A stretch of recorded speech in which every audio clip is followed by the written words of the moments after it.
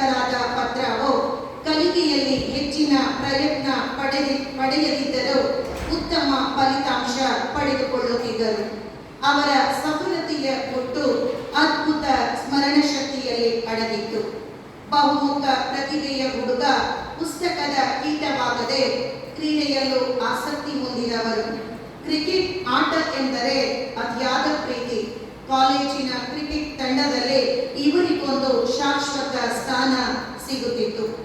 ಆಯಾಸ ಕಾಣದ ಸದೃಢ ಶರೀರ, ಸೋಲು ಗೆಲುವುಗಳನ್ನು ಸಮಚಿತ್ತದಿಂದ ಕಾಣುವ ಗುಣ, ಕಠಿಣ ಪರಿಸ್ಥಿತಿಯಲ್ಲೂ ಕಾಣುವ ಎದೆಗಾರಿಕೆ ರೂಢಿಸಿಕೊಂಡ ತುಂಟ ಕೋರ. ಪತ್ರವು ಅವರ ಕುಟುಂಬ ಆರ್ಥಿಕವಾಗಿ ಸಶಕ್ತವಾಗಿದ್ದರೂ ಎಲ್ಲಿಯೂ ಅದನ್ನು ದುರುಪಯೋಗಪಡಿಸಿಕೊಳ್ಳಲಿಲ್ಲ. ಮಗ ತಪ್ಪಿ ನಡೆದಾಗ ಶಿಸ್ತಿನ ಸಿಪಾಯಿ ಎನಿಸಿದ್ದ ತಂದೆಯ ಬೆಟ್ಟದ ಪ್ರಯೋಗ ಆ ಒಮ್ಮೆ ಈಗೊಮ್ಮೆ ಎದುರಾಗುತ್ತಿದ್ದರೂ ಹುಡುಗಾಟಿಕೆ ಮಾತ್ರ ಎಗ್ಗಿಲ್ಲದೆ ಸಾಗುತ್ತಿತ್ತು. 1920ರಲ್ಲಿ ಮೆಟ್ರಿಕ್ಯುಲೇಷನ್ ಪರೀಕ್ಷೆಗೆ ಕುಳಿತ ಚುರುಕು ಸ್ವಭಾವದ ಹುಡುಗ ಉತ್ತಮ ಅಂಕಗಳನ್ನು ನಿರೀಕ್ಷಿಸಿದ್ದ. ತಾನೊಬ್ಬ ಇಂಜಿನಿಯರ್ ಆಗಬೇಕೆಂಬ, ಸಮಾಜದಲ್ಲಿ ಪ್ರತಿಷ್ಠೆಯ ಸ್ಥಾನಮಾನ ಪಡೆಯಬೇಕೆಂಬ ಕನಸು ಹುಡುಗನದು. ಹಡಗುಗಳ ಬಗ್ಗೆ ಆಕರ್ಷಣೆ ಹೊಂದಿದ್ದರು. ಸಣ್ಣ ದೋಣಿಗಳನ್ನು, ಆಟದ ಹಡಗುಗಳನ್ನು ತುಂಬ ಸೂಕ್ಷ್ಮವಾದ ವಿವರಗಳೊಂದಿಗೆ ತಯಾರಿಸುವುದು ಹವ್ಯಾಸವಾಗಿತ್ತು. ತಾನೊಂದು ನೆನೆದರೆ ದೈವವೊಂದು ಬಗೆದಿತ್ತು ಎಂಬ ಮಾತು ಪತ್ರವು ಬದುಕಿನೊಳಗೆ ಎಲ್ಲೋ ಅವಿತಿತ್ತು. ಮೆಟ್ರಿಕ್ಯುಲೇಷನ್ ಪರೀಕ್ಷೆಯ ಫಲಿತಾಂಶ ಪ್ರಕಟಗೊಂಡಾಗ ಹುಡುಗನ ಕನಸುಗಳೆಲ್ಲ ಭಗ್ನವಾಯಿತು. ಅನುತ್ತೀರ್ಣತೆಯನ್ನು ಅರಗಿಸಿಕೊಳ್ಳಲಾರದ ಹುಡುಗನನ್ನು ಆಘಾತ ಬಲವಾಗಿ ತಟ್ಟಿತು. ಶ್ರೇಯಾಂಕ ಇರಲಿ, ತೇರ್ಗಡೆಯನ್ನೇ ಕಾಣದ ನಾನು ಹೇಗೆ ಇಂಜಿನಿಯರಿಂಗ್ ಶಿಕ್ಷಣ ಪಡೆಯುವುದು ಎಂಬ ಪ್ರಶ್ನೆಗೆ ತಾನೇ ಉತ್ತರ ಕಂಡುಕೊಂಡ. ಇದು ಕೈಗೊಡಲಾರದ ಹಂಬಲ, ದೇವರ ಚಿತ್ತ ಬೇರೆಯೇ ಇದೆ ಎಂದುಕೊಂಡ ಹುಡುಗ ಇಂಜಿನಿಯರ್ ಶಿಕ್ಷಣದ ಯೋಚನೆಯನ್ನು ದೂರ ಮಾಡಿ ತ್ಯಾಗ ಜೀವನದ ಹಾದಿ ಹಿಡಿದರು.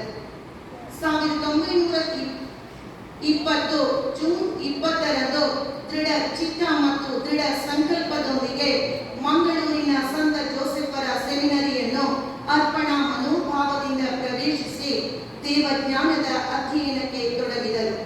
ಶಿಕ್ಷಣ ಇಲಾಖೆಯ ಒಂದು ತಪ್ಪು ಉದಾತ್ತ ವ್ಯಕ್ತಿಯೊಬ್ಬನ ದಿಕ್ಕನ್ನೇ ಬದಲಿಸಿದೆ. ಅಂದು ಸೆಮಿನರಿಯನ್ನು ಹೊಕ್ಕ ಅಚಲ ಗುರಿಯ ಹುಡುಗ ಮುಂದೆ ಅನನ್ಯ ಸಾಧನೆಯಿಂದ ಅಮರತ್ವ ಪಡೆದ ಮೊನ್ಸೆಂಜರ್ ಫಾದರ್ ಆಂಥನಿ ಪತ್ರಾವೋ ಎನಿಸಿಕೊಂಡವರು.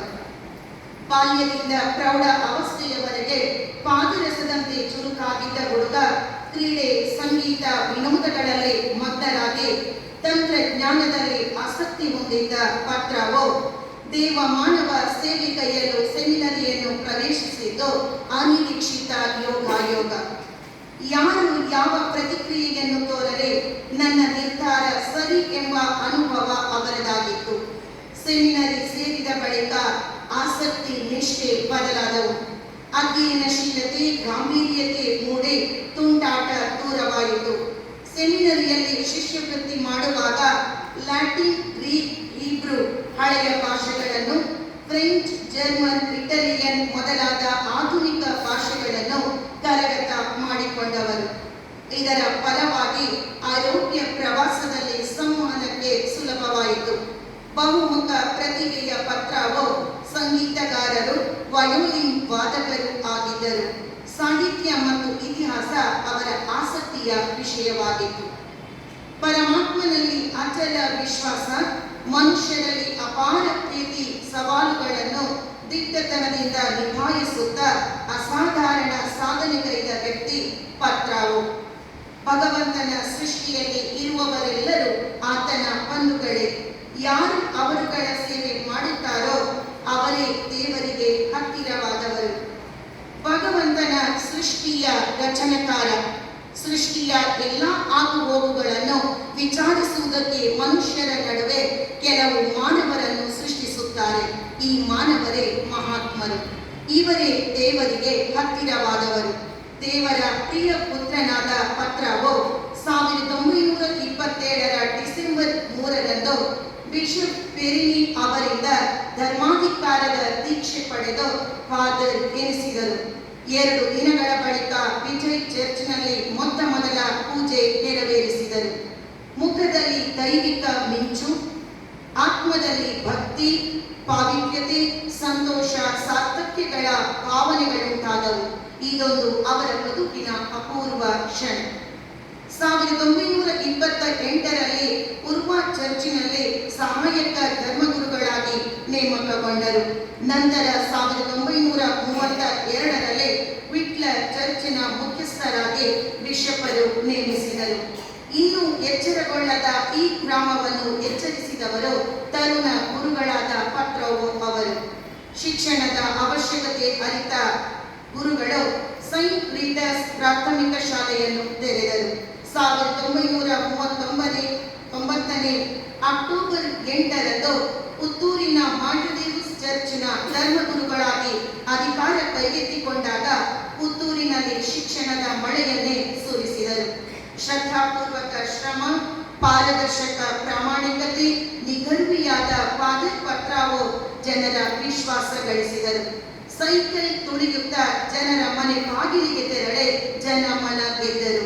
ಕಾಯಕವೇ ಪೂಜೆ, ಜನಸೇವೆಯೇ ಪರಮಾತ್ಮನ ಕೈಂಕರ್ಯ ಎಂದು ಆಚರವಾಗಿ ನಂಬಿದರು. ಚರ್ಚಿನ ಆವರಣದಲ್ಲಿ 1939ರಲ್ಲಿ ದೇವಮಾತೆ ಮಾಂಟೆದೇವಸ್ ಹೆಸರಿನಲ್ಲಿ ಮೊನ್ಸೆಂಡರ್ ಆರ್.ಡಿ. ಸಿಕ್ವೇರಾ ಒಂದು ಸಣ್ಣ ಶಾಲೆ ಆರಂಭಿಸಿದರು. ಮುಂದೆ ಪ್ರತ್ಯೇಕ ಕಟ್ಟಡ, ಅಧಿಕೃತ ಮನ್ನಣೆ, ಕಾಯಂ ಮಂಜೂರಾತಿ ದೊರಕಿಸಿಕೊಟ್ಟರು. 1939ರಿಂದ 1975ರವರೆಗೆ ಫಾದರ್ ಪತ್ರಾವೋ ಸಂಚಾಲಕರಾಗಿ ಸಂಸ್ಥೆಯ ವಿಕಾಸಕ್ಕೆ ಕಾರಣರಾದರು. ನಂತರ 1942ರಲ್ಲಿ ಸ್ವಾತಂತ್ರ್ಯ ಪೂರ್ವದ ಸಂಕಷ್ಟ ದಿನಗಳಲ್ಲಿ ಹೆಣ್ಣು ಮಕ್ಕಳ ಶಿಕ್ಷಣಕ್ಕಾಗಿ ಸಂತ ವಿಕ್ಟರನ ಬಾಲಿಕಾ ಪ್ರೌಢಶಾಲೆಯನ್ನು ಬಿಷಪರ ಆಶೀರ್ವಾದದಿಂದ 1942 ಜೂನ್ 5ರಂದು ಆರಂಭಿಸಿಯೇ ಬಿಟ್ಟರು. ಈ ಸಂಸ್ಥೆಗಳ ಬೆಳವಣಿಗೆಗೆ ಪತ್ರಾವೋ ಪಟ್ಟ ಶ್ರಮ ಅಷ್ಟಿಷ್ಟಲ್ಲ. ಆ ಕಾರಣದಿಂದ ನಾನು ಬೆವರು ಮತ್ತು ಕಣ್ಣೀರ ಹನಿಗಳಿಂದ ಕಟ್ಟಿದೆ ಎಂದು ಹೇಳುತ್ತಿದ್ದರು. ಶಾಲೆಯ ಉದ್ಘಾಟನೆಗೆ 2 ದಿನಗಳ ಹಿಂದೆ ತಾಯಿಯನ್ನು ಕಳೆಕೊಂಡರೆ 2 ವರ್ಷಗಳ ಹಿಂದೆ ತಂದೆಯನ್ನು ಕಳೆಕೊಂಡರು. ಸತ್ಯ ಹಾಗೂ ಪ್ರಾಮಾಣಿಕತೆಯನ್ನು ದೇವರು ಹೊರಗೆ ಹಚ್ಚುತ್ತಲೇ ಇರುತ್ತಾರೆ ಎಂಬ ಮಾತಿಗೆ ಪತ್ರಾವೋ ಅವರೇ ಸಾಕ್ಷಿ. ಮುಂದೆ ದರ್ಬೆಯ ಹುದ್ದೆಯೊಂದರಲ್ಲಿ ಫಾದರ್ ಪತ್ರಾವೋ ಕಂಡದ್ದು ದೇವರ ಕ್ಷೇತ್ರವಾಗಿದೆ. ಯಾವ ಶಿಕ್ಷಣಾಧಿಕಾರಿ ಹಿರಿಯ ಪ್ರಾಥಮಿಕ ಶಾಲೆಯನ್ನ ಬಡ್ತಿಗೊಳಿಸಲು 1946ರಲ್ಲಿ ನಿರಾಕರಿಸಿದರೋ ಅದೇ ಅಧಿಕಾರಿ 1947ರಲ್ಲಿ ಸಮ್ಮತಿ ನೀಡಿದಾಗ ಮಾಂಟೆದೇವಸ್ ಹಿರಿಯ ಪ್ರಾಥಮಿಕ ಶಾಲೆಯನ್ನು ಬಾಲಕರ ಪ್ರೌಢಶಾಲೆಯಾಗಿ ಬಡ್ತಿಗೊಳಿಸಿದರು. 1949ರಲ್ಲಿ ಅಕ್ಟೋಬರ್ 20ರಂದು ಮಾಂಟೆದೇವಸ್ ಹಿರಿಯ ಪ್ರಾಥಮಿಕ ಶಾಲೆಯನ್ನು ಸಂತ ಫಿಲೋಮಿನ ಬಾಲಕರ ಪ್ರೌಢಶಾಲೆಗೆಂದು ಪರಿವರ್ತಿಸಿದರು. 1958ರಲ್ಲಿ ಮಹತ್ವಾಕಾಂಕ್ಷೆಯ ಯೋಜನೆ ರೂಪಿಸಿದರು. 1957ರಲ್ಲಿ ನಿಜಲಿಂಗಪ್ಪನವರು ಮುಖ್ಯಮಂತ್ರಿಯಾಗಿದ್ದಾಗ ಪುತ್ತೂರಿಗೆ ಬಂದವರಲ್ಲಿ ಫಾದರ್ ಪತ್ರಾವೋ ತಮ್ಮ ಬೇಡಿಕೆ ಮುಂದಿಟ್ಟರು. 1958 ಜುಲೈ 1ರಂದು ಮೈಸೂರು ವಿಶ್ವವಿದ್ಯಾಲಯದ ಉಪಕುಲಪತಿ ಕೆ.ವಿ. ಪುಟ್ಟಪ್ಪನವರ ಅಧ್ಯಕ್ಷತೆ ಶಿಕ್ಷಣ ಸಚಿವರಾದ ಕಣಮುಖಿಯವರು ಸಂತ ಫಿಲೋಮಿನ ಕಾಲೇಜನ್ನು ಉದ್ಘಾಟಿಸಿದರು. ಈ ನಡುವೆ ವಿದೇಶ ಪ್ರಯಾಣ ಮಾಡಿದ ಪತ್ರಾವೋ ಅವರ ಆರೋಗ್ಯದಲ್ಲಿ ಏರುಪೇರಾಯಿತು. ಇದರ ನಡುವೆ ಸಮಾಜದ ಕಾಲೋಚಿತ ಅವಶ್ಯಕತೆಯನ್ನು ಅರಿತು 1970ರಲ್ಲಿ ವಿಕ್ಟರ್ ಇಂಗ್ಲಿಷ್ ಪ್ರಾಥಮಿಕ ಶಾಲೆಯನ್ನು ಆರಂಭಿಸಿದರು.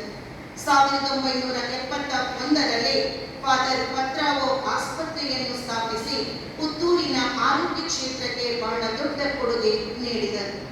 ಸುಮಾರು 4 ದಶಕಗಳ ಅವಿಶ್ರಾಂತ ದುಡಿಮೆ, ಯೋಚನೆ ಮತ್ತು ಸಾಧನೆಗಳ ಪರಿಣಾಮವಾಗಿ ಉಕ್ಕಿನಂತಹ ದೇಹ ಬಲ ಹೊಂದುತ್ತಾ ಬಂತು. ಕೊನೆಗೆ ವೃತ್ತಿಯಿಂದ ಬಿಡುಗಡೆಗೊಂಡು ವಿಶ್ರಾಂತಿ ಪಡೆದರು.